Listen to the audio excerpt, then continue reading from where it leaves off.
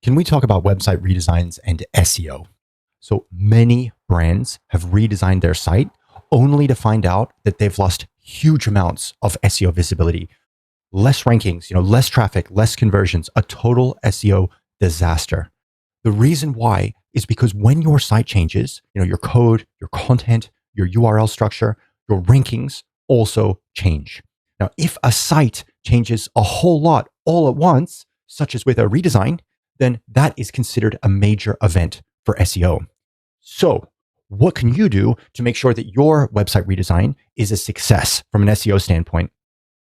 The key is to perform what is called in the SEO community a site migration. Okay. If you Google that, site migration, you'll get a ton of info. But here is the quick summary. A site migration has 3 phases: before launch, launch day, and after launch. The most important is before launch. This phase involves understanding, what does your site currently rank for? What are the pages and the content that people are landing on? So that when you have that information, you can then focus on making sure that the new site has all the appropriate content and code and is well structured to retain relevance and essentially check the boxes that search engines are going to be looking for to be worthy to still rank. Now, in the before launch phase, the earlier that you can bring in an SEO person, in my opinion, the better, because that's going to give them way more time to do analysis and to do planning. And time is a really valuable asset in this situation. You definitely don't want to have to rush this.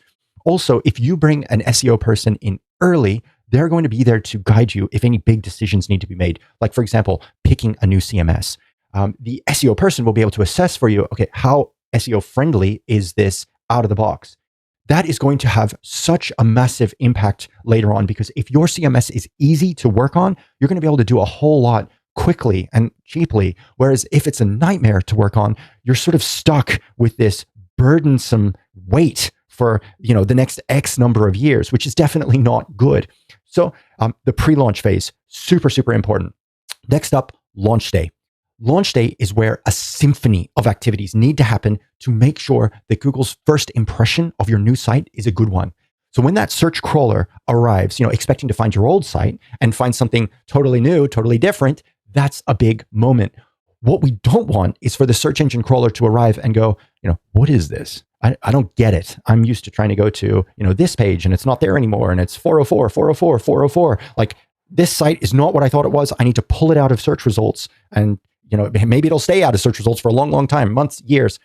A bad first impression here is so detrimental. It has terrible consequences.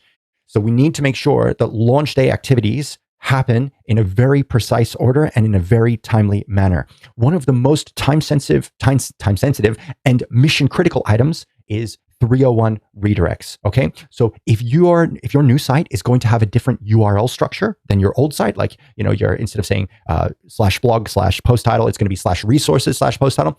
Well, Google needs to be able to understand that change so that when Google tries to access your old URLs and doesn't find them anymore, it automatically gets taken through to the most appropriate new location, so it can index that instead. So a 301 redirect is a permanent redirect, whereas like a 302 redirect is a temporary redirect.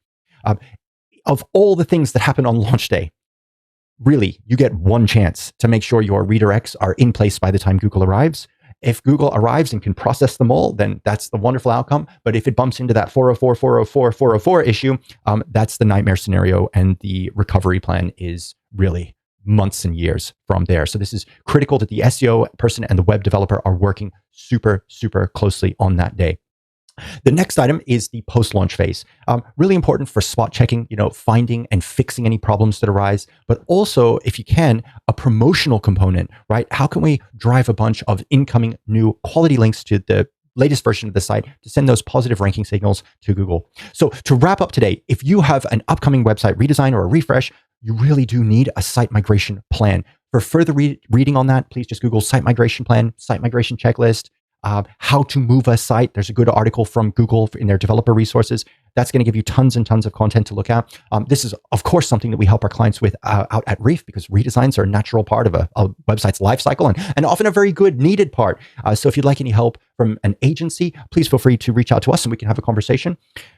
If I could just add one more point on this, and I'm just going to really level with you here. There's no nice way to say this, right? many web developers position themselves as being SEO professionals. I think it's very hard probably to get a job as a web developer if you aren't saying that you're also very good at SEO.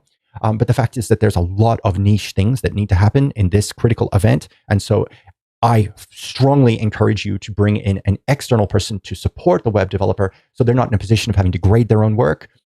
And so, things beyond just code, which is the territory of the web developer, things like content and other forms of SEO can be incorporated too. So I really hope this helps you. Thank you so much for your time. Have a terrific day. Okay, bye.